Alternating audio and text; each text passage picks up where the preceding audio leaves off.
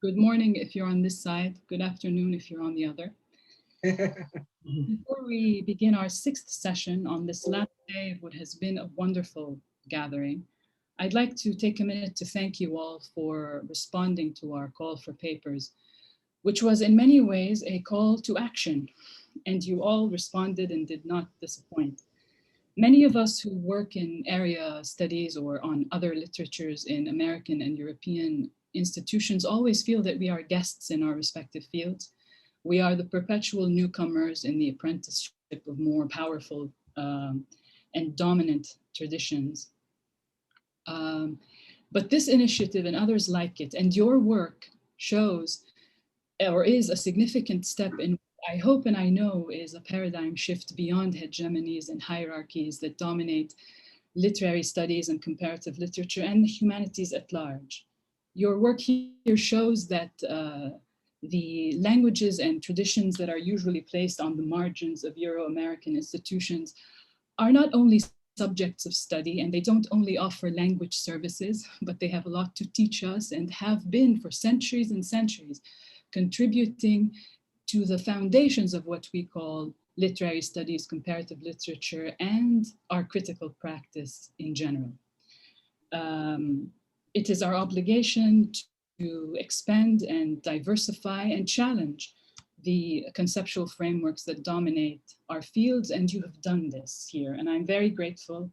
And I think the world will not be the same after this conference, even if in a very little way. So, shukran jazilan.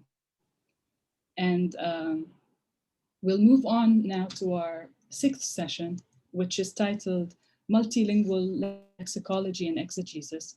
And we have three speakers, the first of which is Professor Leila Chamankhah, who holds a dual PhD in Islamic studies with a specialization in Shia intellectual history and another one in political science with specialization in Iranian studies.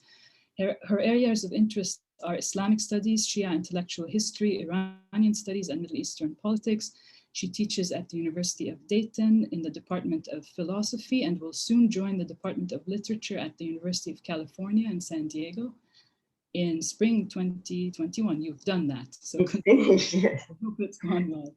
Her first book in English is titled The Conceptualization of Guardianship in Iranian Intellectual History from 1800 to 1989, reading Ibn Arabi's Theory of Wilaya in Shia World, published by Palgrave Macmillan in September 2019. Thank you, Dr. Leila, and the stage is yours. Thank you. Thank you, everybody. Good morning, good afternoon, everyone, depending on where you are. Here is 10:05 Eastern time. Okay.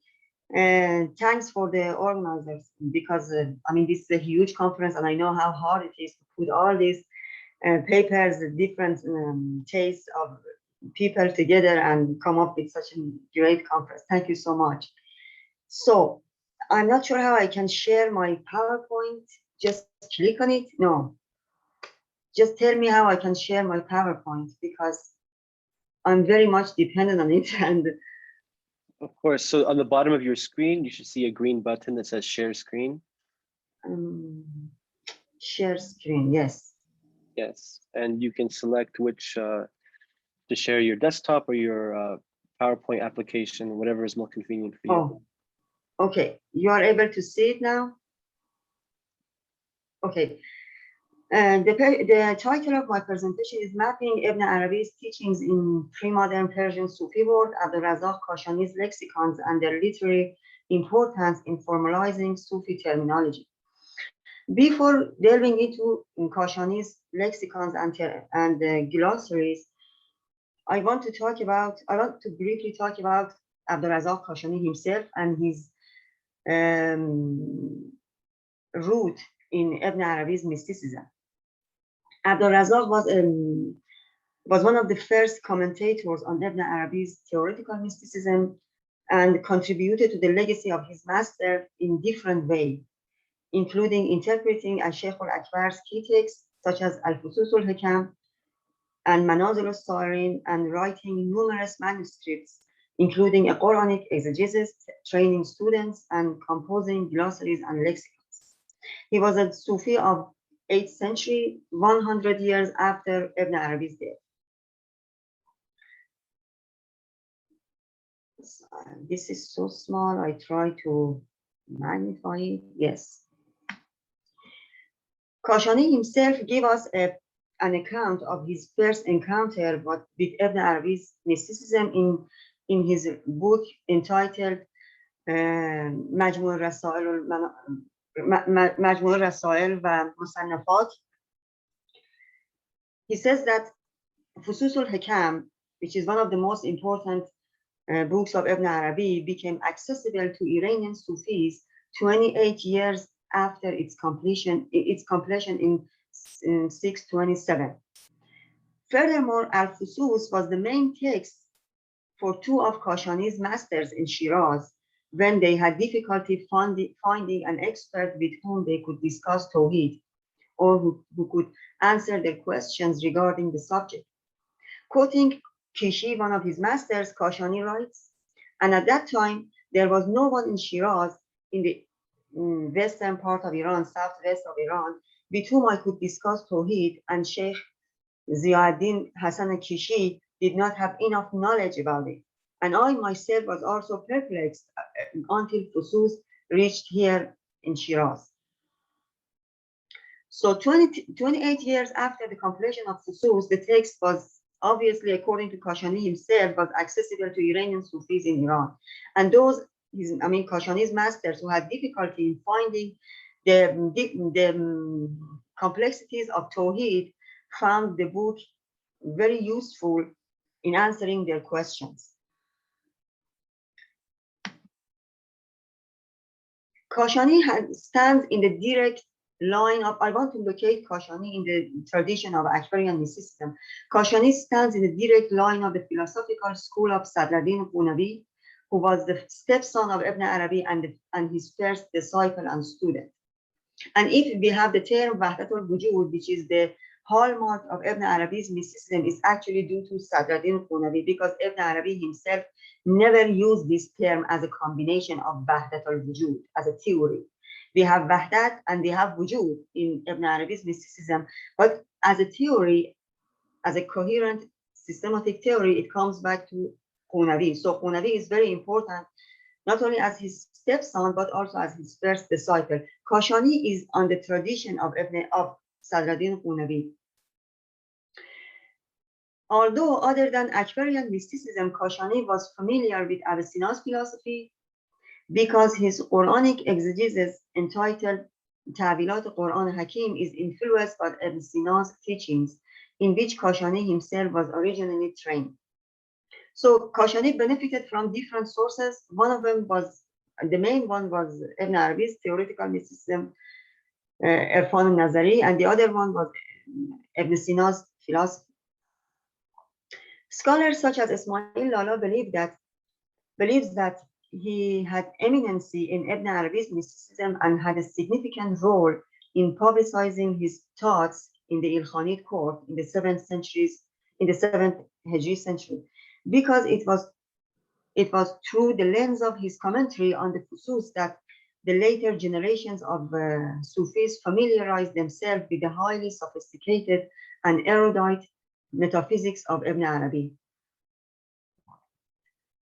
As I mentioned it, Razzāq Kāshānī wrote an exegesis on the Quran called Ta'wilat Quran Hakim, and since his thought in this book, his interpretation of the Quran is very close to that of Ibn Arabi, to that of his master, it was for a long time it was believed that the book, the Ta'wilat of Quran, is actually Ibn Arabi's book, mansub, to Ibn Arabi. And we only recently know that the book is actually Abdul Kāshānī's book. So after the completion of his commentaries on Manazil al-Sa'irin of Ibn Arabi and Fusus, he started writing Ta'wilat Quran Hakim. And in 2 volumes, the book, this Ta'wilat is really, really important because he not only gave, for the first time, gave an Akbarian interpretation of the Quran, but also it is in this book that he uses numerous Shia hadiths from Shia Imams to interpret verses of the Quran. So the verses of the Quran, according to Kāshānī, should be interpreted in the shadow of the hadith of the Imams as just one of his sources. So it was after Ta'wilat that Kāshānī wrote the first of his trio, his lexicons and Sufi technical terms. He wrote 3 lexicons and glossaries. One of them is Istilahat Sufiyya. The second one is Rash Zulal, which means to distill the clear. And the last one is Lata'if al-A'lam, the intricacies of knowledge, in order to clarify the complexities of the philosophical language of Ibn Arabi and to defend the Sufi path from exoteric offense. In my opinion, the glossaries of Kāshānī and the lexicons, this trio had another purpose.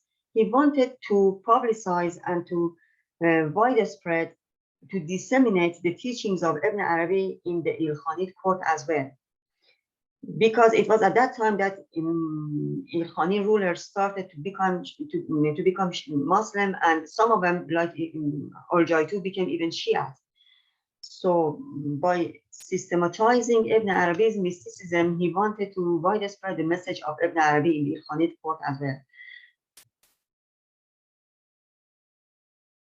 There existed a few Sufi glossaries before Kāshānī, but they were only short. These glossaries were short texts as part of Sufi manuals and not independent glossaries and lexicons. So Kāshānī is regarded as the first prominent Sufi who took initiative in writing glossaries and lexicons in the theoretical mysticism of Ibn Arabi. In his Mujam Istilahat Sufiyya, or just Istilahat Sufiyya, his Mujam Istilahat Sufiyya, Rash Zulal and Lata'if al-A'lam should be classified as both lexicons, which is a vocabulary of a language, and glossary, a list of terms in a particular domain of knowledge with their definitions. But in my opinion, there are more of glossary than lexicons, but because for each term, Kāshānī gives us a detailed explanation, a nuanced explanation of each term, and he does not limit himself to the confines of Ibn Arabi's mysticism. I will explain it in more details here.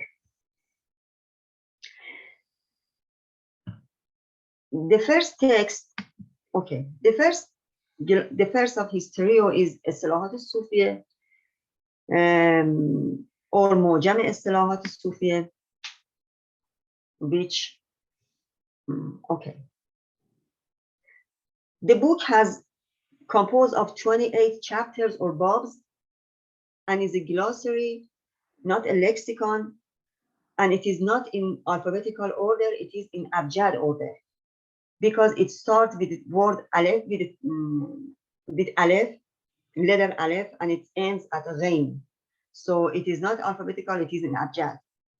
And in each entry, or in each chapter, in each bab, Kāshānī tries to shed light on the Sufi, the Akbarian terms.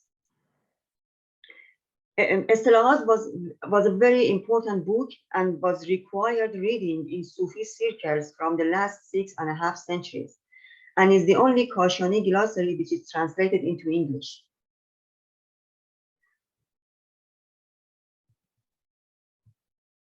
The second one,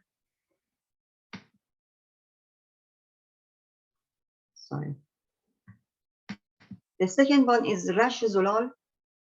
Although the book is published with 3 other manuals, 3 other manuscripts in a book called Istilahat Sufiyya wa Rash Zulal, this book, which we have it today, which is available to us, composed of 4 sections. The first one was Istilahat, which I just explained. The other one is Al-Qism al-Sani, or the second section, or the second chapter. The second section, isn't it? The second section, which is a short text of 11 pages entitled Istilah al-Sufiyya, written by Ibn Arabi himself, and is the main. And the last one, the third one, is Rash Zulal by Kāshānī, which is the elucidation of Istilahat al-Sufiyya of Ibn Arabi. Although the text should be regarded as an independent text. and it stands for itself and it speaks for itself. So 4 sections: Istilahat, Qism Thani, a short text of Ibn Arabi of 11 pages, and the last one is Rash Zulal, which is an explanation of Istilahat Sufiya of Ibn Arabi.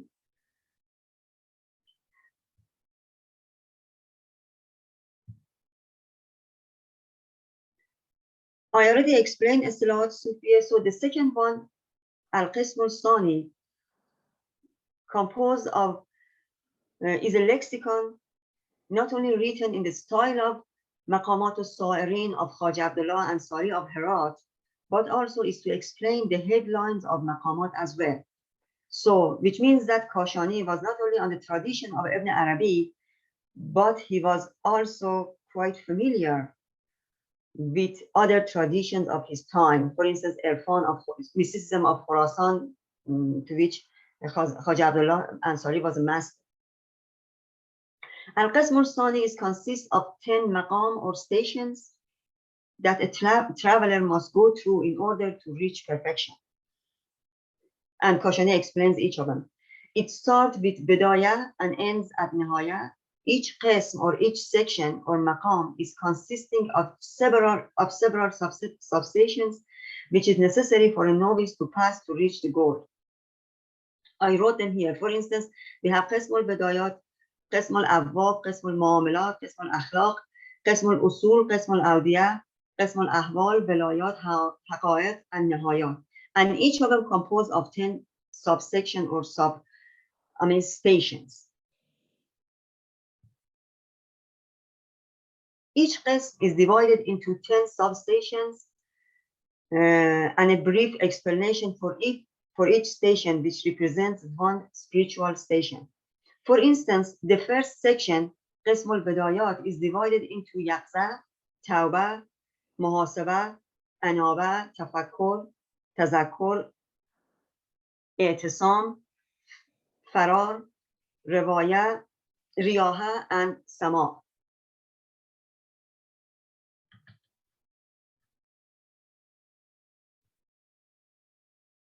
And the last station called Qism al-Nihaya is supposedly the fruit of all these spiritual tests and hardships that a traveler must go through, is consisting of 10 substations again, like Qism al-Bidayah, of al-Ma'rifah, al-Fana, al-Baqa, al-Tahqiq, al-Tablis, Wujud, Tajrid, Tafrid, Jam, and finally Tawheed, which is the last of all these stations and substations. Tawheed, which is the last station of Qism al-Nihaya, has different forms according to Kāshānī, or surats, or to use Ibn Arabi's terminology, is manifested in 10 surats, including Surat al-Tawheed, fil Bidayat, Surat al-Tawheed, fil Abwab, Surat al-Tawheed, fil Mu'amalat, Surat al-Tawheed, fil Akhlaq, Surat al-Tawheed, fil Velayat, fil Usul, Surat al-Tawheed, fil Awdiyah, Surah al-Tawheed fil Ahwal, Surah al-Tawheed fil Velayah, and finally Surah al-Tawheed fil Haqa'iq, which is the last of the last, which is the pinnacle of all these travels. So Qism al-Thani is composed of 100 Sufi technical terms. Each of them stands for a spiritual station. In my opinion, Kāshānī makes it really, really hard for a traveler, for a novice, because according to Khaja Abdullah Ansari, it was just 10 stations, but according to Kāshānī is 100, and that poor traveler must go through all this until he reaches the station of Tawheed fil Haqa'iq, which is the last one. The second one is Rash Zulal, which is the second of Kāshānī's trio. The first one was Istilahat Sufi, the second one is Rash Zulal, and should be regarded as a lexicon, which sheds light on Ibn Arabi's technical terms in his short manual called Istilah Sufiyya. Istilah is a dictionary of 208 words, which start with the term hajas or conjecture and ends at several steps, the secret of the secret. The book does not follow an alphabetical order, but the order of the Sufi stations. So it's a bit scattered and I mean, it's messy. It looks messy at the beginning. Look at it. The author or Ibn Arabi only provides us with a brief explanation of each term and leaves it to Kāshānī to explain his manual in a more nuanced way, which he does.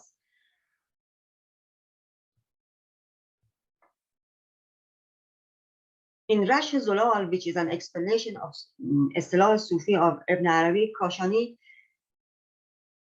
turned the short manuscript of his master into a sophisticated Sufi glossary in which he utilizes several sources, including Quranic verses, Ibn Arabi's mysticism, and the technical terms of Ibn Arabi's mysticism, the existing Sufi legacy which was available to him, such as Haji Abdullah and Sufi, which we just discussed, the rich Arabic literary tradition of his time, and last but not least, prophetic hadith to explain the Sufi terms. So it is an independent text and standing on its feet, which means that even if we are not familiar, or even if we haven't heard the term of the name of the book of Ibn Arabi, Istilah Sufi, we are still able to connect this to this book and enjoy reading it. It's a really, really useful and enjoyable text by itself.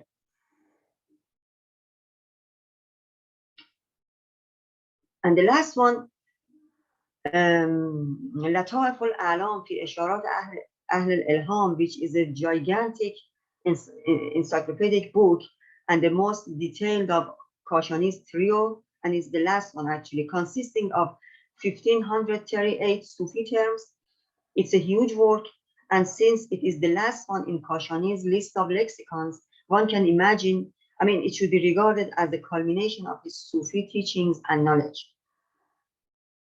In Lataif, we see the most sophisticated Sufi encyclopedia of time, in which the author Kāshānī delves into the difficulty of Ibn Arabi's terminology in Fusus and Futuhat.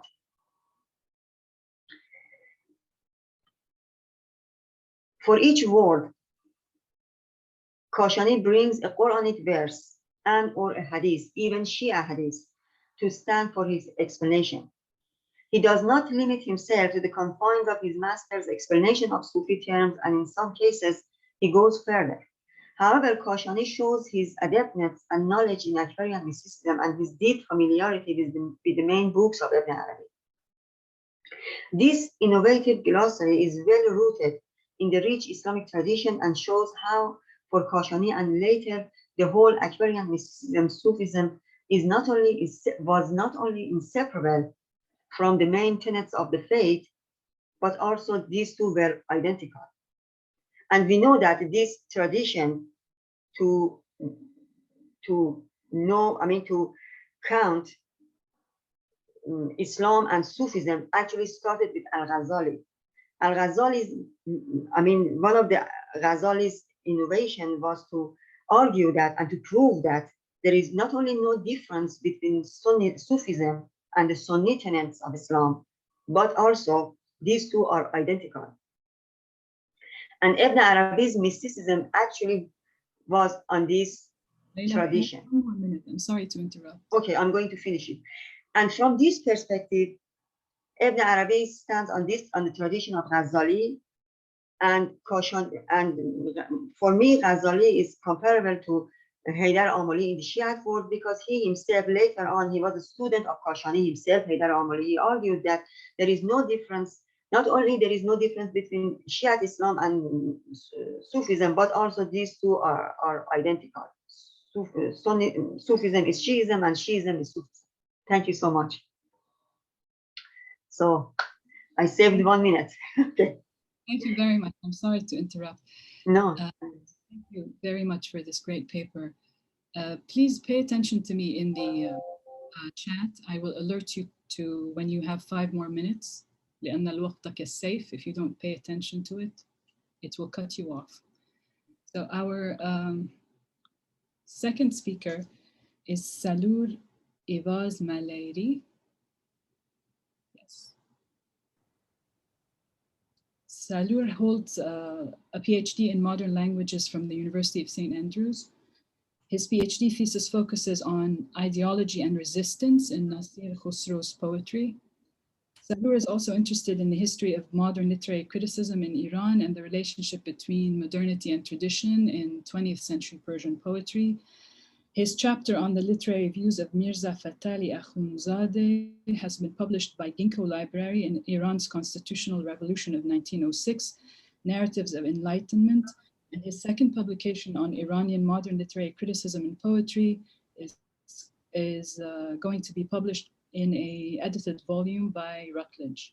Salour has been teaching Persian language and literature in the School of Modern Languages at St. Andrews, and he is currently working on a monograph titled Temporality and Endurance, a study of ideology and resistance in the poems of Nasir Khusro, which is based on his thesis.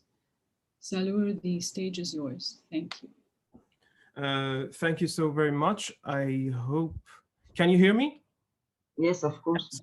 And can you see my PowerPoint slide? Yes, we can. Perfect, wonderful. So first of all, thank you so very much for inviting me, for accepting my abstract. It is a true honor to be among you, among such a well-esteemed scholars. It has been a great conference, a different experience, a new experience for me. And I'm so proud to be part of it, actually. So my talk is going to be about Nasir Khosrow and how he articulated his discourse through a kind of creative dialogue with the Quran. As you already know, Nasir Khosrow and his poetry was the subject of my PhD thesis, which is going to be published soon. But here I'm going to focus on finding the connections and the links between some of the signs and statements in Nasir Khosrow's poetry and those in the Quran. So. Let me just move to the next slide. Okay, yeah. So before starting my main argument, let us just see who was Nasir Khosrow. I hope maybe most of you might know him because he was a famous Ismaili scholar and missionary in the region of Khorasan, and he was, and on the other hand, he is regarded as one of the founders of Persian poetry, especially because of his important role in the development of Persian qasida, and the way he changed the Persian qasida from a courtly and objective poetry, which was about the royal ceremonies, you know, courtly traditions, you know, the stories of great wars and conquests, as well as the world of nature, the seasons, the natural, the objective world. He changed all that into a didactic, subjective, philosophical poetry. And he somehow, I dare say, paved the way for mysticism in Persian literature, later started with great names such as Sana'i. So most people today regard Sana'i as the figure who made this transition from these objective early Persian poetry to theological, philosophical, mystical poetry. But those scholars usually forget the role of Nasir Khosrow before Sana'i, who actually made that possible and gave a kind of independent character to Persian poetry by relying poetry on intellectual traditions rather than a political and courtly ritual. So this is the importance of Nasir Khosrow. The other aspect of him, which is related to my discussion today, is his idea of Jami' al-Hikmatayn, which is one of the most important and most famous of his works, not in prose, of course. Jami' al-Hikmatayn, I would like to translate that as the two wisdoms reconciled.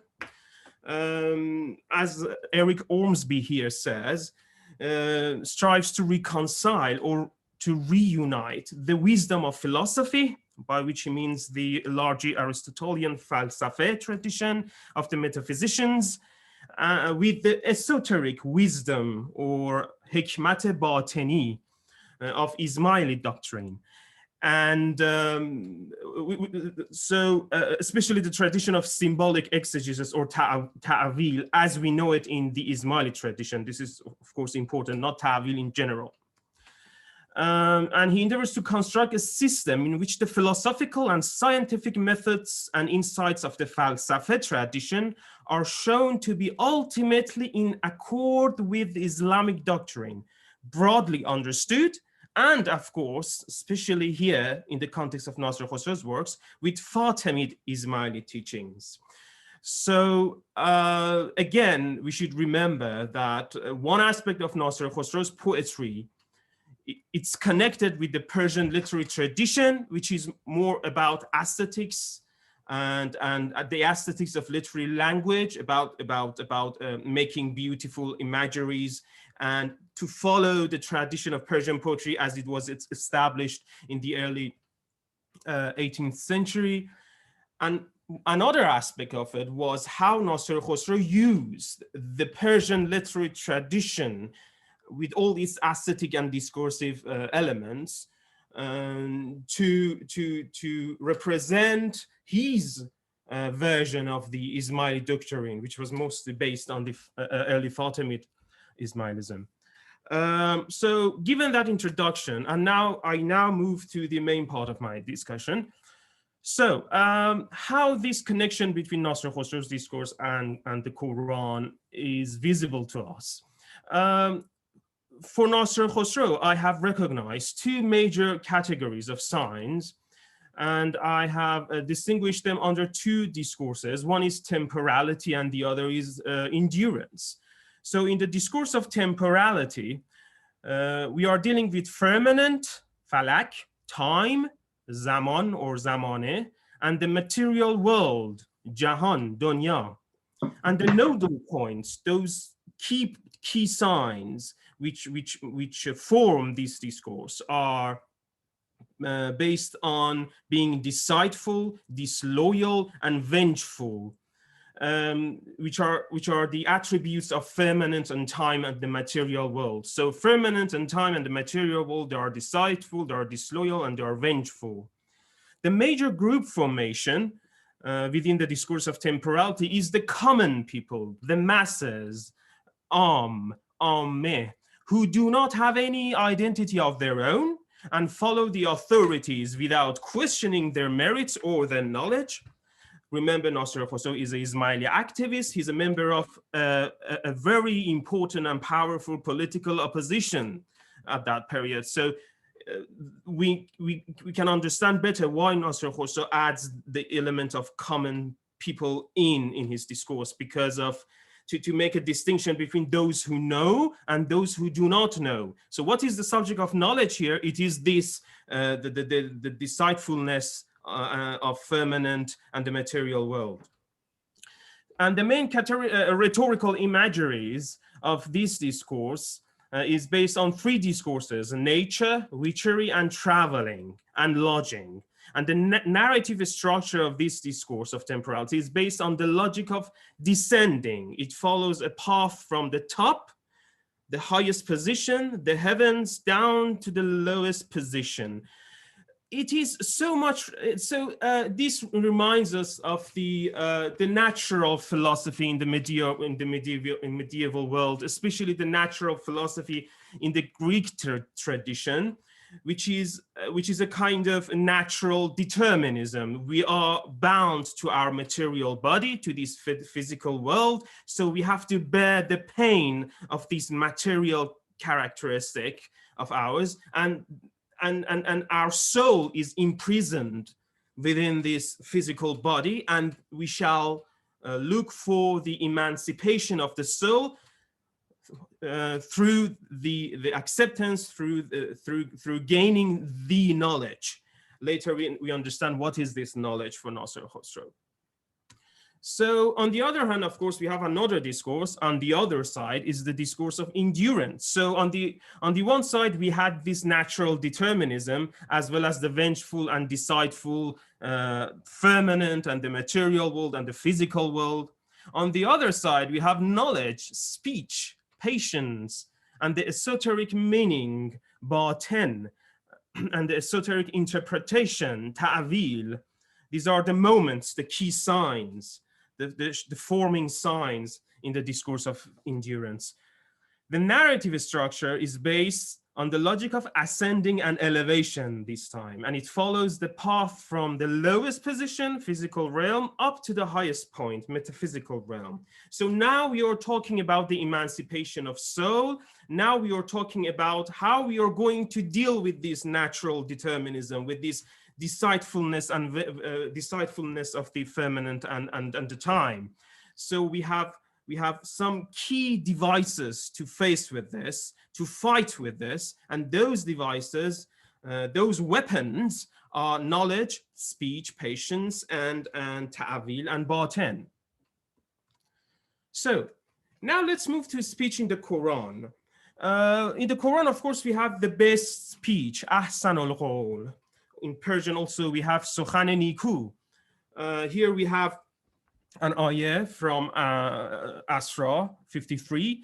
Tell my believing servants to say only what is best.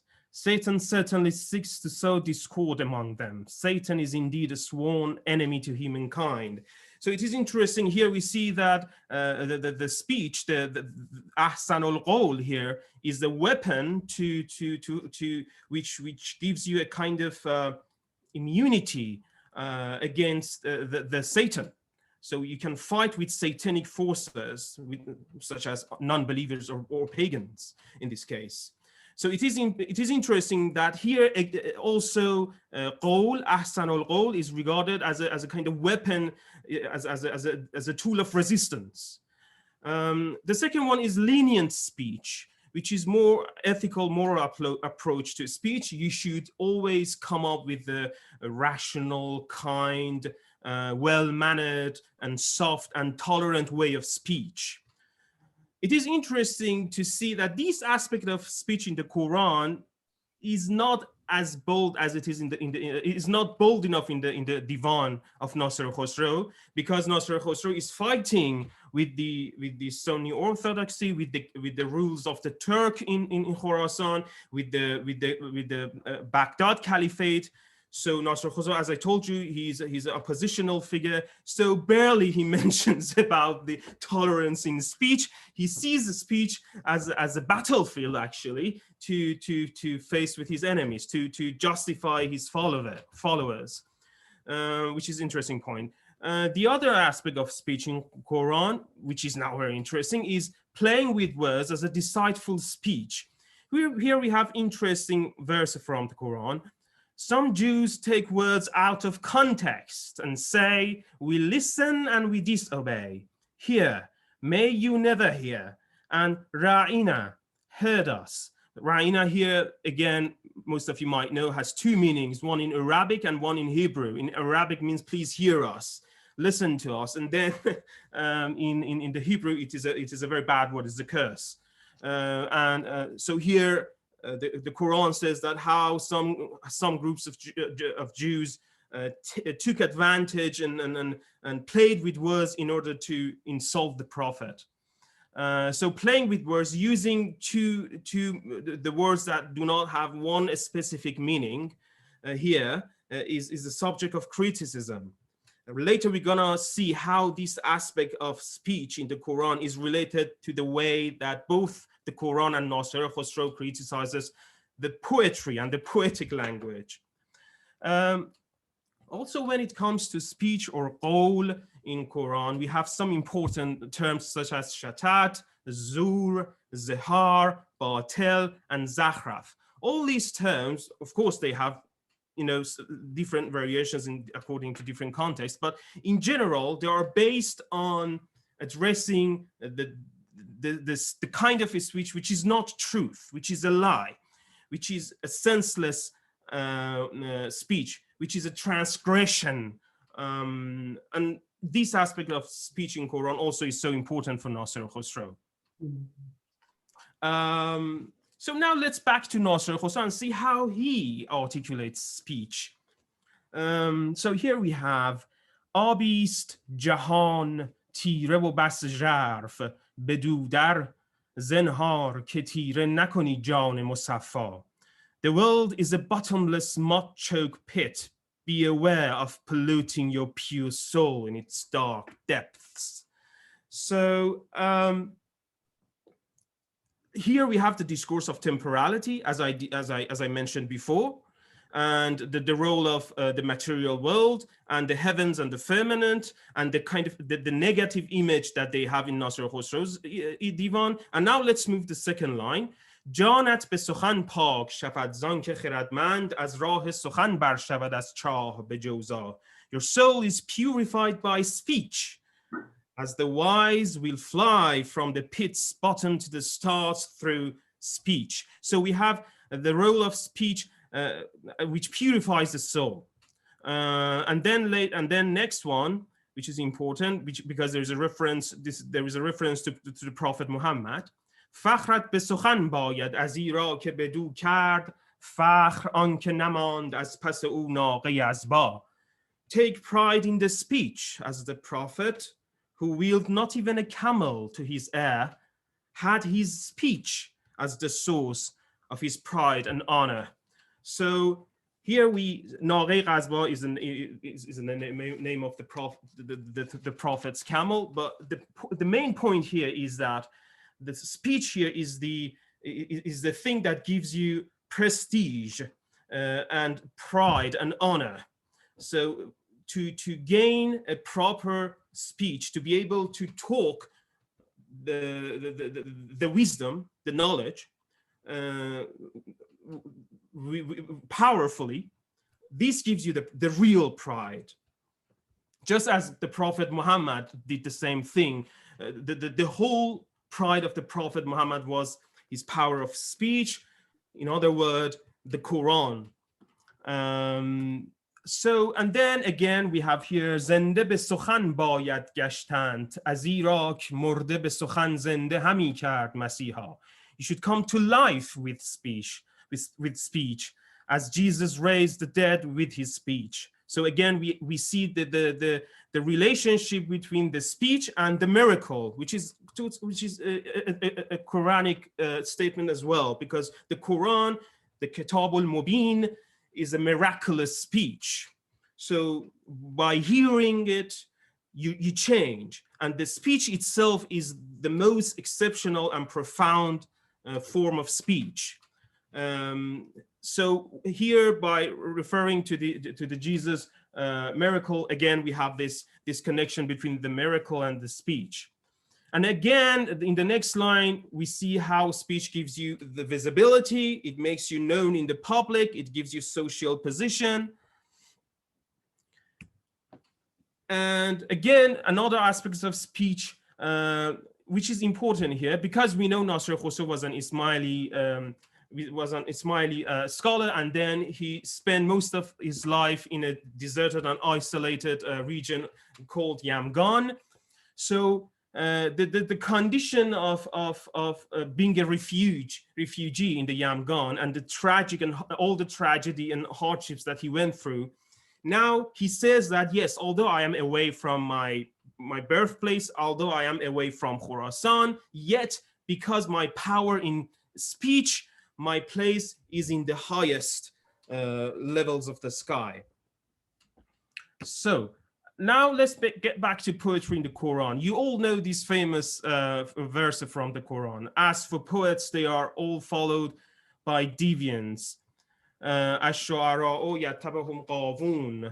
Indeed, these another reference to poetry is, indeed, this Quran is the recitation of a noble messenger. It is not the prose of a poet, as you claim. Yet you hardly have any faith. So we have here the kind of competition between the poetic language and the religious, miraculous, holy language of the Quran. Also, on the other hand, we see the poets as a corrupted, group of people who misguided the followers of the Islam.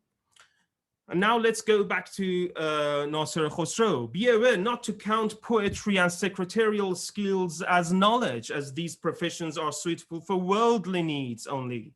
there is a different way, a different kind of knowledge for achieving the otherworldly comfort. Poetry in Nasr Khosrow Divan, again, we have what's the pride in writing elegant ghazals about the beauty of your beloved.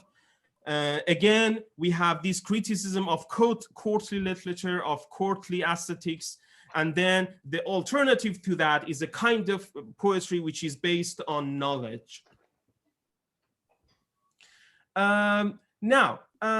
Again, we have the discourse of temporality in Quran is based on the concept of ājilah. For instance, we have here, whoever desires this fleeting world alone, we hasten in it whatever we please to whoever we will. Again, we have, in fact, you love this fleeting world and neglect the hereafter. So we see how the concept of knowledge, of awareness, and then on the other hand, ignorance and neglecting the knowledge is based on these discourse of temporality and the way we understand the material world.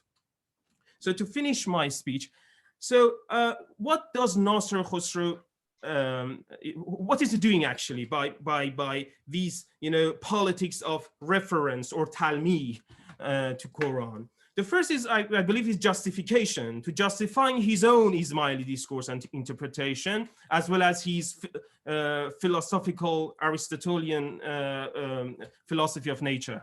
The other thing is persuasion, persuading his followers and the readers of his poetry. Actually, this is not about Ismailism anymore. This is part of the ritual of composition, of making poetry.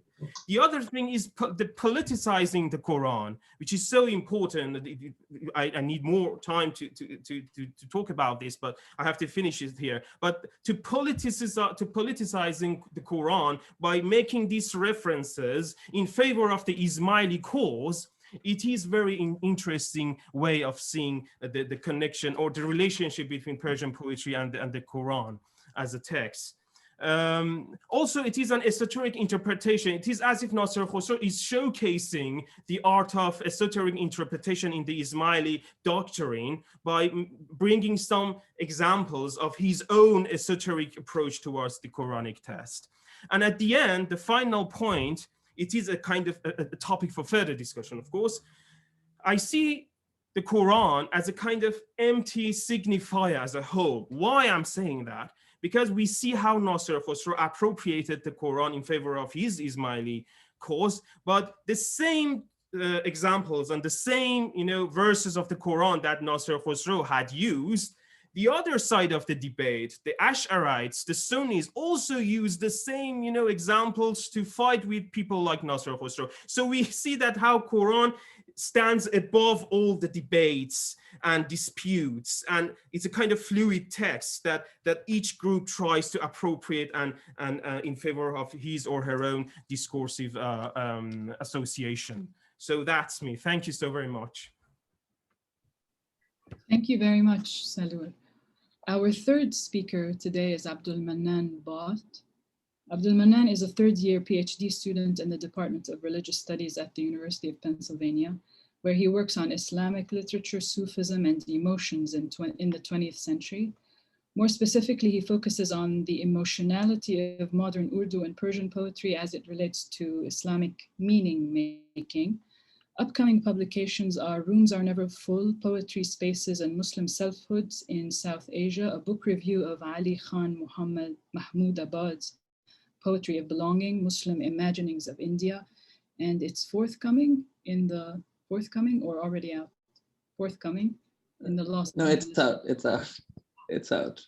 Pandemic is just, but it's out. My records are dated in the Los Angeles Review of Books. Thank you, Abdul Manan. The stage is yours. Thank you so much, Dr. Fakhreddine. I'm really happy to be here, and it's been really wonderful, as everybody has said. So at the risk of repeating myself, I should just say that our keynote speaker spoke, Dr.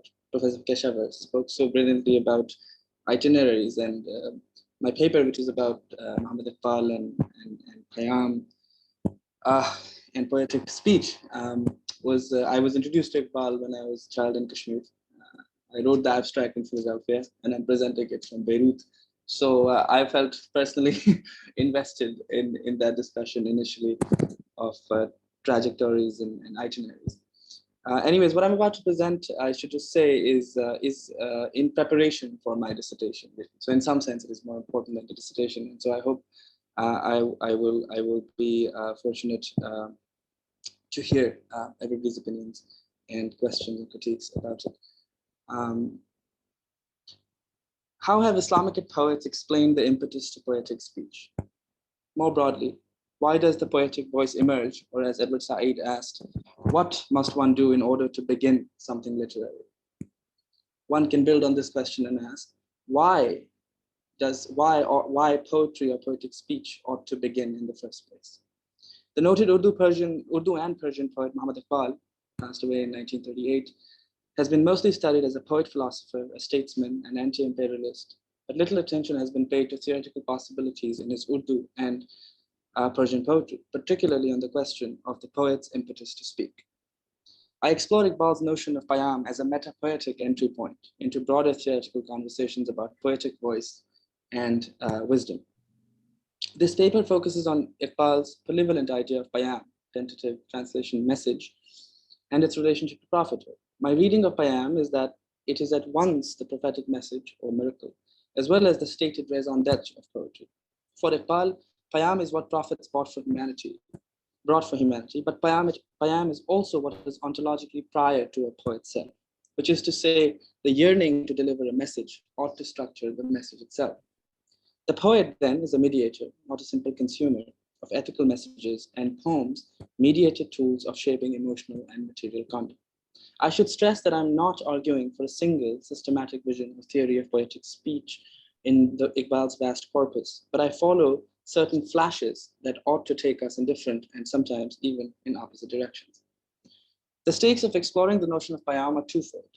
One, it pushes against a heavily literary historical approach to literature and literary theory, but because Iqbal, a poet on the cusp of modernity, mediates prophetic stories, treats pre-modern Persian poets as his contemporaries, invokes the Hadith and the Quran to explain finer points about literary criticism. And second, payam is directly linked to Eden, ethical purpose, and a broader religious consciousness, inviting us to go beyond what one may call the use of religious themes in poetry framework to establish deep theoretical connections between religion and poetry, an invitation that our keynote speaker, Professor Fatima Keshavarz, makes in her her brief but significant article, Sewn Together with the Thread of the Sun, Religion and Literature as a Discipline, which I found very helpful. Two theoretical frameworks undergird this paper. One, Huda Fakhreddine's invitation to metapoetic study of poetry in Arabic literary tradition in order to produce critical visions from within poetry. In other words, I follow Fakhreddine in acknowledging poetry as a site of theoretical insight, reframing, as she does, the physical and conceptual geographies of so-called literary theory. I treat metapoiesis as a theoretical as well as methodological tool, one that I hope is in line with the premise of the conference. For the paper, as you'll see, I cite specific examples from Iqbal's Persian and Urdu poetry in which he gives us directions to pursue what Professor Fakhreddine calls thematic as well as contextual metapoiesis. I've tried to do something in this paper, which is to really sort of foreground the poetry and then derive and move through, as I said, move alongside the flashes that Iqbal gives us in order to kind of build the tools to thinking about impetus to poetic speech. As my second parallel framework, I think through Said's notion of beginnings, as well as Abdul Fattah Kilito's reflections on what he calls the first poem, in the context of the impetus to poetic speech. Iqbal returns again and again to the beginning when talking about poetry. And I put these three reflections, Said's, Kilito's, and Iqbal's, in conversation with each other to see if we can get one sense of what it means to begin a poem in an Islamic literary tradition and what such beginnings signify. Kilito, in his inimitable, and if I may add, enviable style, has devoted a small but profound collection of essays to Edenic language, to questions such as which language was spoken in Eden before Adam and Eve's fall, what happened after the fall, why he considers Syriac the first language of exile, and ultimately, what were the beginnings of what he calls the oldest poem in the world. In other words, Kilito's collection, The Tongue of Adam, conceptually explores the beginnings within the origin. These are Said's terms, beginning and origin. The oldest poem in the world, Kilito says, is ascribed to Adam and is an elegy mourning the loss of his slain son Abel. Elegy, he writes, is, quote, the genre from which all other genres derive, unquote. The question whether Adam, a prophet, could indeed be a poet, for as the Quran says, we did not teach him poetry, nor does it befit him, is fascinating, but eschewing that albeit interesting theoretical discussion of prophethood and poetry, I should focus here on one significant insight about beginnings and poetry that Kilito draws from not Adam's but Eve's version of the oldest poem in the world. There is also, as Kilito describes, a less talked about description of the elegy to Eve. And this is the lesson Kilito asks us to draw, which is that Eve's exhortations of the death of Abel prefigure our own death. That is to say, poetry in its beginnings, as well as through its beginnings, laments, but also is gifted to prefigure visions. An insight that is crucial to Payam as a literary critical term, whose very conceptual landscape disturbs the secular grounding of modern literary criticism that resists connection to prophecy, to Eden, to endowed purpose, as simply a double consciousness, a ruse unfit for modern poets. Payam, as I understand it, is an occasion not to place, quote, religion within poetry, but following Talal Asad, to produce a discursive grammar that takes seriously claims of and through an Islamic tradition, through Islamic beginnings. References to the Quran and Iqbal's poetry have been studied well, particularly in criticism written in Urdu. But its focus has still not typically been what is the impetus to poetic speech, especially how it is intersubjectively constituted through what Shahab Ahmed calls the pretext, text, and context of Islam. گر دلم آیینه بی جوهر است، گر به حرفم غیر قرآن مزمر است، پردای ناموس فکرم چاک کن، این بیابان را ز خارم پاک کن، روز محشر خار و رسوا کن مرا، بے نصیب از بوسه پاک کن. Iqbal, the poetic voice referring to itself says, if my heart is a pearlless mirror, and if any of the words can be located outside the Quran, then the voice goes on to say, humiliate me on the day of judgment and deprive me of kissing the feet, presumably of the Prophet. The poetic voice not only originates in the Quran, but all its subsequent beginnings are ontologically prior to the words, which is how Shahab Ahmed defines the relationship between the pretext and the text. In the famous and often quoted poem Jawab Shakwa, Iqbal conjoins poetic voice to the same beginning to which Kilito refers, Eden. And this long poem ends on a similar note as the previous couplet, an injunction as much for the poet self as for the Muslim self. Ki Muhammad se wafa tune to hum tere hain, ye jahan cheez hai kya, loho qalam tere. If you stay true to Muhammad, I'm yours. Not just this world, but the tablet and the pen are yours. In the various ways that Iqbal has been read, reread, and in the Lefebvrean sense, mediated, rewritten, we have encountered many insightful dimensions to his polyvalent poetic projects. However, the literary theoretical possibilities of and in his poetry remain relatively underexplored. Most recently, a dissertation by Francesca Chapkoffer from the University of Chicago, Dr. Francesca Chapkoffer from the University of Chicago, has explored in great depth Iqbal's ghazal, Persian ghazal, its ambiguities, and the potential for literary practices in those ambiguities. I had the good fortune of consulting her for dissertation, which I think would be of great interest for scholars interested in Iqbal and more broadly in the conceptual architecture of ambiguity. Following Koffer's important observation about a tendency to overdetermine Iqbal's message in his poetry, my purpose is not to argue for a singular vision in Iqbal's broad multilingual corpus, but hope to produce a way of reading his poetry metapoetically as a site to engage literary critical visions of poetry in an attempt to assemble the tools from Islamic and literary traditions to answer the significant question, why does poetry begin? In the introduction to his Persian collection, Payam-e-Mashriq, Message of the East, Iqbal writes that in this collection, the attempt is to, quote, bring to fore ethical, religious, and communal truths that relate to the internal cultivation of persons and peoples, Afrad wa Aqwam. The Europeans, here he means Italians and Germans, missed the bewildering revolution, Hayrat Angez Inqilab, that was unleashing in the human conscience. This he's writing in the 1920s. There is one part in the introduction to Payam-e-Mashriq in which Iqbal approaches indirectly the question of impetus to poetic speech. In the few lines that are actually about his collection, he speaks of the two related themes, conscience and revolution, Zamir or Inqilab. They are inevitably tied to each other, one making the other possible. And it is here in this relation that poetry becomes necessary, that it ought to begin. No revolution, no new order is possible without plunging into the depths of the self and brewing the revolution there.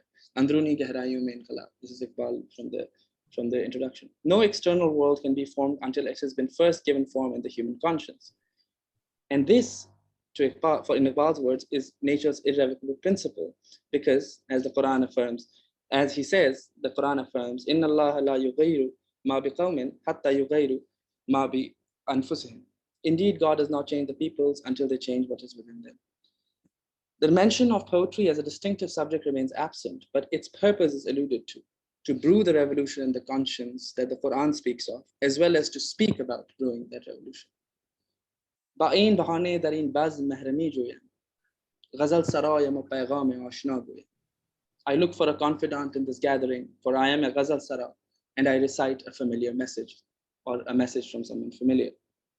कह गए हैं शायरी जुज़वी तस पैगंबरी हाँ सुना दे महफिले मिल्लत को पैगाम सुरूज.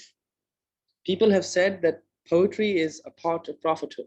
So go ahead, recite to the gathering the millat, the angel's message. This share, I'm sure, reminds you of Ghalib's famous metapoetic musing, in which he calls the sound of pen scratching against paper as the voice of the angel. आते हैं गैब से ये मज़ामी ख़याल में Ghalib सरीर ख़ामा नवाए सुरूज है. The same theme is picked up by a late 20th century Urdu poet, Ahmed Faraz.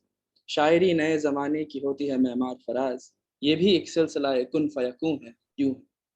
Poetry is the architect of new times, Faraz. This too is a series of be, and it is. If there's time later in the Q&A, I definitely want to follow up on how prominent this theme remains even in the late 20th century Urdu poetry, and would love to share some fun and funny examples of it. Back to Iqbal, elsewhere Iqbal goes one step further to reframe the power of speech, poetic speech, to awaken the heart. आँख को बेदार कर दे वादाए गुफ्तार से, जिंदा कर दे दिल को सोजे जौहरे गुफ्तार से. Awaken your eyes with the promise of seeing. Bring to life the heart with the heat of these pearls of speech. This ability for the poet to see as well as to speak is significant in many other instances where Iqbal is variously theorizing impetus to poetic speech. At one point in Payam-e-Mashriq, he reconfigures seeing for poetic action. For he says that I, and the poetic voice, have seen from the crack of your prison wall that someone arrives to break the shackles. Mir asad mardi ke zanjire gulama bhi shikand, dida am az rozane diwar zindan shama. Seeing and speaking point to the relationship between Payam and the body. The vision of Payam conscripts the body, its heart, tongue, eyes, to sustain proper feeling, sound, and sight. At times, it is synonymous with song, with sound, as well as with eyes, with sight, and compels a movement whose urgency Iqbal never fails to reiterate.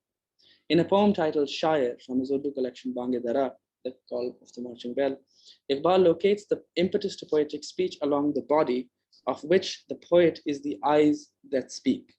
The community, the qawm, is like a body, jism, and individuals, its organs.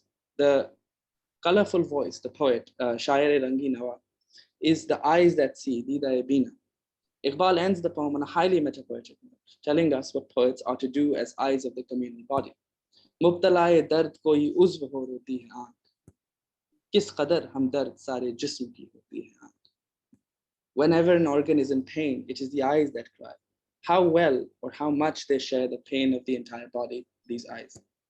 As you will note, after declaring poets as the eyes that sing, already coupling sound and sight, Iqbal uses the eyes function to subtly guide poets to their purpose, which is not to just share the pain of the entire body, but produce tears from it.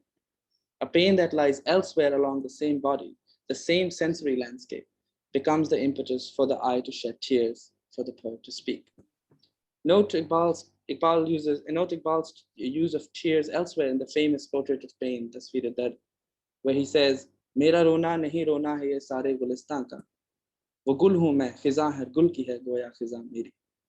These are not just my tears, but the tears of the entire garden. I am the rose who shares every other rose's winter.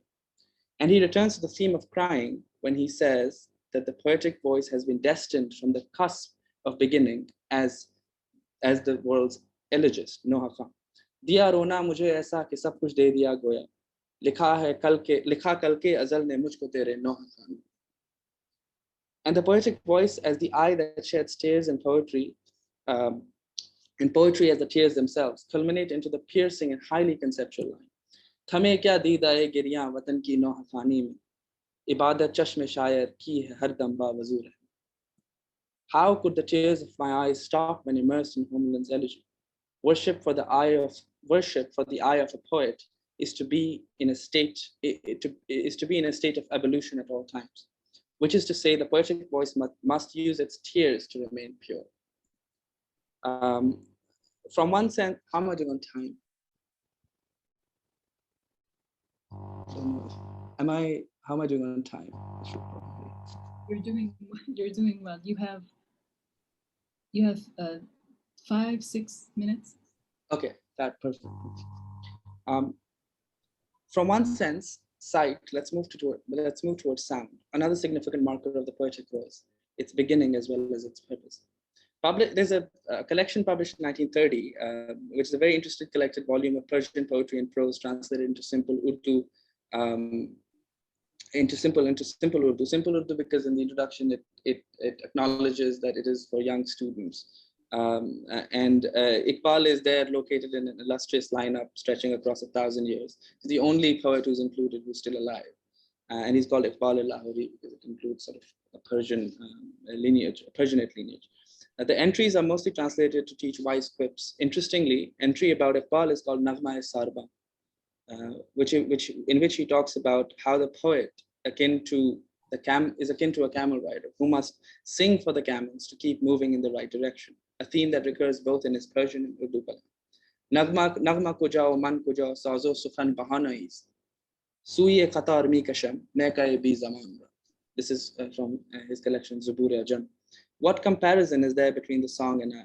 Melody and speech are just pretext for me. I'm only trudging the caravan back in line. Iqbal ka tarana bange dara hai goya, hota hai jada paima phir karwan. Iqbal's song is the call of a marching band. Look, our caravan assumes the right path again. The poet's voice, the sound, begins in order to be mindful of the footsteps that the caravan has taken, is about to take, and will take in the future. In other places, this sound emerges as echoes in the garden at the urging of the nightingale. In fact, the poet self must respond to the wails of the nightingale. And Iqbal at one place, I think, quite beautifully says, "Naale bulbul ke sunu aur hamatan gosh rahun, hum nawa main bhi koi gul hun ke khamosh." How do I just silently hear the nightingale's wails? Am I a rose that I should stay silent? The voice is, as Iqbal says, elsewhere says, a vine. The poetic voice, as Iqbal says, is a vine of top quality from which you ought to produce the wine most red and the best. Main shaakh-e taak hu, meri ghazal hai mera samar. Mere samar se main la lafam paida kar. And here the I is, I would submit, a poetic I. The poetic speech referring to itself, poetic voice referring to itself.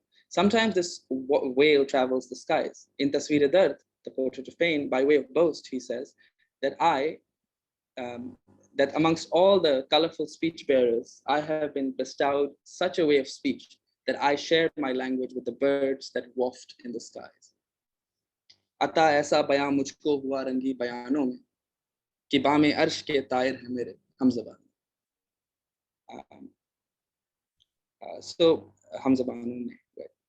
Poetic speech then receives its impetus from elsewhere, but it begins in order to prefigure the destiny of the caravan, the fate of the garden, as well as the trajectory of the residents of the skies. Finally, there's some other flashes that I've followed, but there's one part where I think, which is sort of a bit more studied, which is Iqbal's injunction often to the Muslim selves, but again, there is I would submit great potential to think about them metapoetically. I'll just give one example. "Ay la ilaha ke waris baqi nahi hai tujhme, guftar-e dilbarana, kirdar-e qahirana." O you heir of la ilaha, there no longer remains in you a speech so dear, a character so dominant. Speech, guftar, and character, kirdar linked here first in a phonetic regime are made part of the same conceptual and moral landscape, which is to say they are missing together in the contemporary Muslim in Iqbal's view, or in the Poetic Voices view. The La ilaha here is both sound and message, and it corresponds to the guftar and kirdars related, if not the same grammar. That is a poetic grammar as well as an ethical one. Relatedly, he is called, in other place, he is also called humans, and I should add poets, as God's final message. Khuda ka aakhri paigam tu hai. He's referring to humans, but I think also poets. Finally, this conference has been such a delight and an exciting frontier to be at. Frontier because I found that we sat at the edge of numerous disciplines that we all come from. And I found this scholarship of connections liberating. These kinds of connections within and across the Islamic that I saw being made here have been truly informative because, in Iqbal's words, because we blossom in the same spring. And with that, I thank you all, and excited for the discussion. Thank you, Abdul Manan. So let's blossom in conversation now. If you have a question, please raise your hand.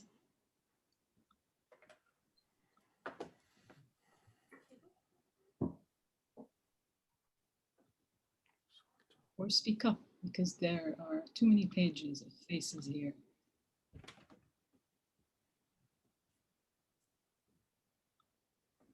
Questions for Leila, Salour, or Hello, can you hear me?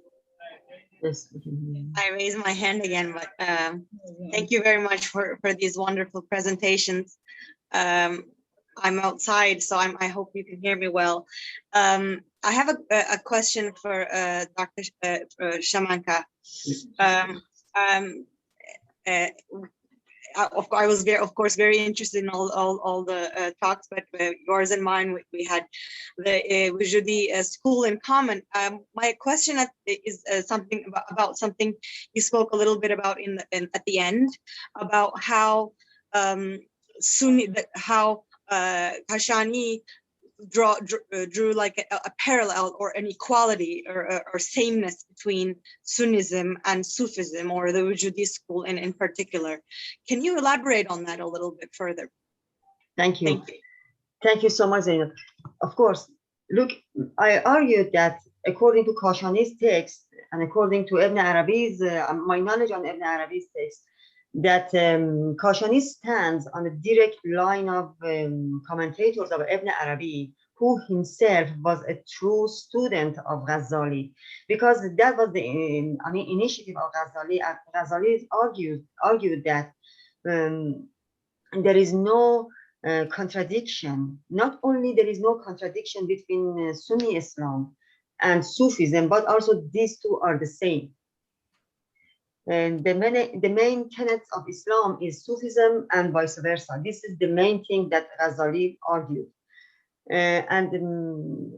So he provided a framework within which Ibn Arabi worked and wrote. So for Ibn Arabi, Sufism was not something, out of Islam, out of the boundaries of Islam. And one of his main students and commentators was Kāshānī. So Kāshānī argued the same thing. And for him, there was no difference between Sunni Islam, between the main tenets of Islam, because he was friendly to Shiism as well. And I will explain how we should understand the meaning of Shiism in Kāshānī and Sufism. For Kāshānī, I hope I answered your question. For Kāshānī, Shiism had a different meaning than it has for us today. We understand Shiism in different meaning, but for Kāshānī was a Shami Shia, which means that he was Sunni, but he respected the household of the Prophet. He probably had some visits to the shrines, I don't know. At that time there was no shrine, but he had visited to, the tombs of the grandsons of the Prophet, maybe. But for him, there was he was a Shami Sunni, or he was a Shami Shia. He was quite friendly to Shiism. He respected them. He used lots of Shia hadith in his Ta'wilat Quran, and he has another text called Futuwwah. he actually interpreted Futuwwa or chivalry from the perspective of Shiism. For him, Ali is the main fatah in Islam and his sons. And he used lots of hadiths from the first Imam, second Imam, third Imam, the sixth Imam, Ja'far as-Sadiq, and he interpreted this, mysticism of Ibn Arabi from Shia perspective. So that being said, he established a tradition, Kāshānī, he established a tradition that later on is taken by Haydar Amali, who is a very important figure in Shia mysticism. And if we have Shia Irfan Shii is actually due to Haydar Amali. And it is my opinion, that my personal opinion that Haydar Amali from this perspective is comparable with Ghazali, because Ghazali believed that Sunnism and Sufism are the same. And out of Sufism and Sunnism, which is Nasibiyya, which is Shiism, stands out of Islam for Ghazali. For Haydar Amali was somehow the same. Shiism and Sufism are the same. Shiism is Sufism, it is this sentence. Sufism is Shiism. So Haydar Amali is this is one of the ironies of this world, how Kāshānī is on the tradition of Ibn Arabi, Ibn Arabi is on the tradition of Ghazali, but he ended up in Haydar Amali, who is a Shi'i and a Sufi at the same time. You know what I'm saying? So this is what I said, and I hope I answered your question. Thank you, Leila. Sure. Do you have your hand up? Did I miss you? No? Okay, I think Aqsa has a question. Thank you, Huda. My question is for Manan, and Manan, thank you for this wonderful presentation. I always learn a lot from your reading of Urdu poetry. My question is of a larger significance for your project, and I would like you to comment a bit about why do you feel the need to theorize beginnings, and why do you think it's important for us at this point in literary tradition to theorize beginnings when chronologically we are not necessarily able to access beginnings as such. So thank you. Thank you, Aqsa. Really, I'm looking forward to your presentation. It's a fabulous question. I mean, it's actually a question that maybe we could have asked Saeed, but perhaps because it's really, I mean, it's not as if I hadn't thought about beginnings, but really, I think his book Beginnings, Intentions and Methods. Really, I mean, there's a very fabulous line in it that there's sometimes one line really opens up many sort of doors, and he says, it is a fascinating question to think how is it that there's nothing on the paper and something emerges after that. But the thing is that why beginnings, I think, is very particularly important in the premise of the conference. Even is that where do we start? How do we conceptualize beginnings? Because does a ghazal, as everybody knows, does a share from a ghazal that even a poet writes today begin today, or did it begin many centuries ago, just because of the kind of emotional and the complex of sensibilities and images and so on and so forth that seem evident within the ghazal. They itself then point to one beginning points to multiple other beginnings that are not simply in the past, but that are actually that are actually buried, and that one, then the beginning that we may espouse today in a ghazal, let's say, that becomes the larger metaphor for, I think, a lot of other dimensions of the poetic traditions that we are trying to study, particularly in this time. So I think because beginnings are connected is what I'd say. Thank you so much for that question. Yeah, thank you. Before we go to Pasha Khan, I think you have your hand up. I'm going to intervene here because I have a little bit of power. Along the same line as Aqsa's question, the question I wrote down for you here, Abdul Manan, and you're not going to answer it, is how real are beginnings and how much are they a product of ends? Especially thinking of meta and consciousness and inventions of beginnings. But that was it. I will go to the question. You're right that I won't answer that because I can't. Oh, thank you. But Leila. No, I think that just if I would say briefly that that's why I found that why beginnings, why poetic's voice begins is a more answerable question than where are the beginnings. In my sense, I think I find that easier to answer.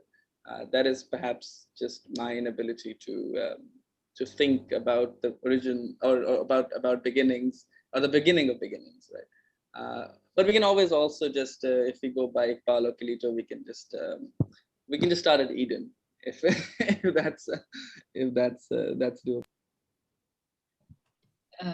Kāshānī, please go ahead. Hello. Thank you so much for all of these papers. Can you hear me, by the way? Yes. Okay, great.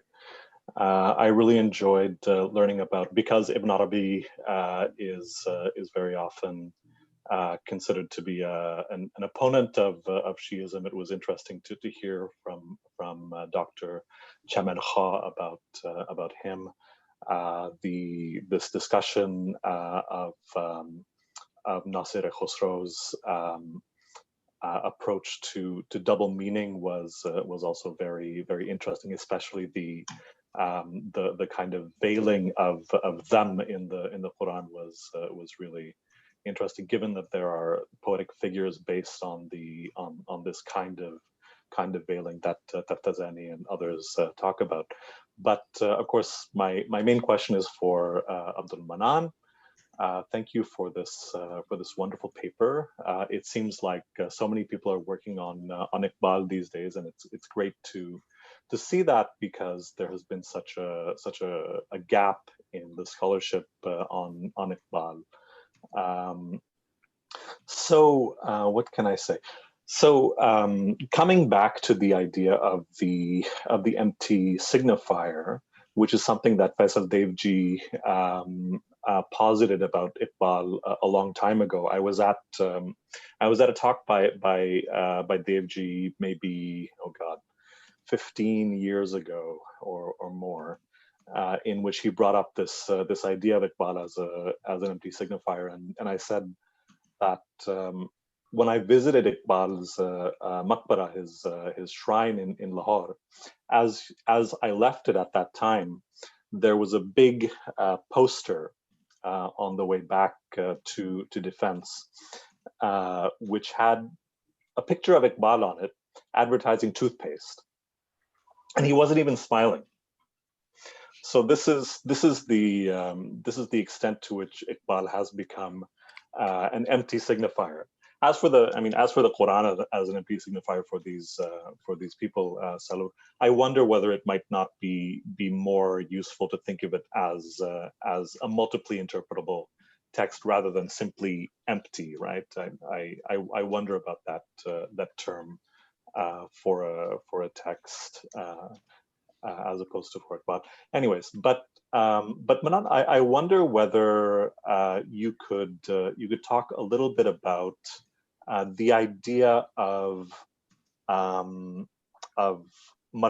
of risa, of mourning, and why you've hit on this, because you talk about bayam, you talk about a message, but what I heard in your talk was much more about longing for loss, and this is something that you've kind of hidden your subjectivity here, but this is something that in the Kashmiri context arises a great deal, right? There was a recent film documentary called Soz. I don't know if you've seen that, which again is premised on the idea of loss, burning, and the mourning for the lost. So could you just talk from your own subjectivity, because I think that it's important for us not to hide that.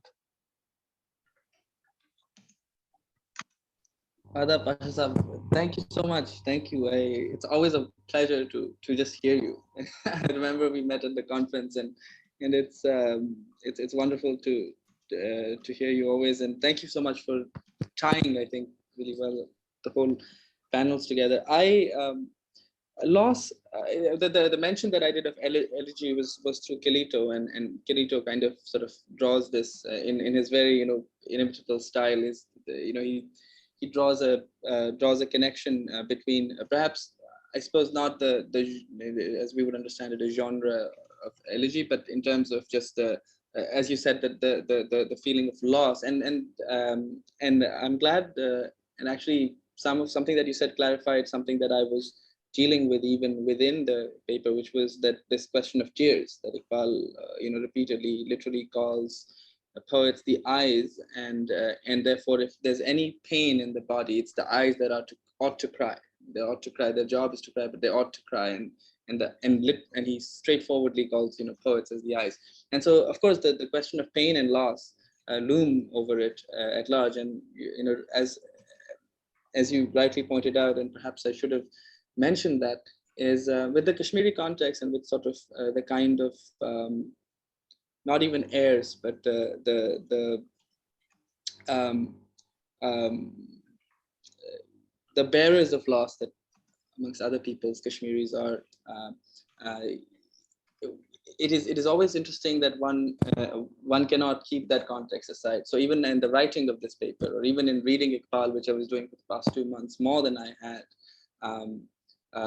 previously, there were moments in which in the sense that what Shahab Ahmed called the context of Islam, I think we all have our own context, which is sort of a range of hermeneutical sources. And that we then interpret a lot of things with, and it was and that happened.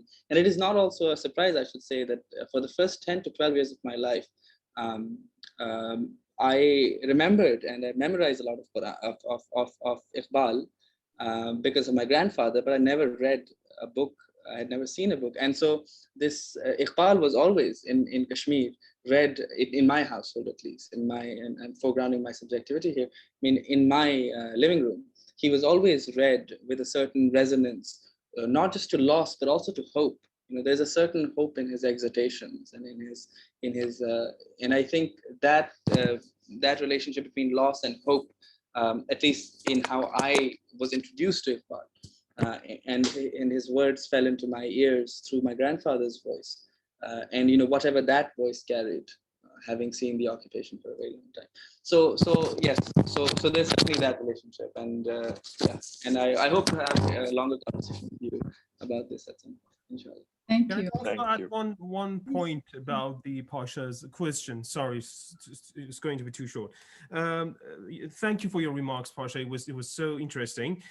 Maybe the reason why I'm still insisting on the concept of empty signifier is that, well, it is not to suggest that the Quran hasn't any meaning of its own. It is about the question, about the fact that can we claim that there is a meaning, a kind of interpretation above all these multiple interpretations, which represents the true meaning of the Quranic text. That's the reason I avoided using the multiple interpretations, because when you say multiple interpretations, okay, Quran has its own meaning, and then we have interpretation number 2, 3, 4, 5, 6, and then that was the reason I insisted on the fact that because we can't say for sure that there is one authentic meaning of the Quran's discourse of its own, and then we have multiple interpretations of it. And the final point about the Quran and the poetry and then Nasr al-Khosrow, it is my point was to say that one might ask, okay, there is a contradiction. The Quran is a very literary and poetic language, yet it says that the poems are not a nice group of people. So how we can solve this contradiction? I think the Persian poets, especially Nasr al-Khosrow, maybe try to solve this by saying that it is not about canceling the art of poetry. It is about reviving poetry by adding the element of truth and knowledge.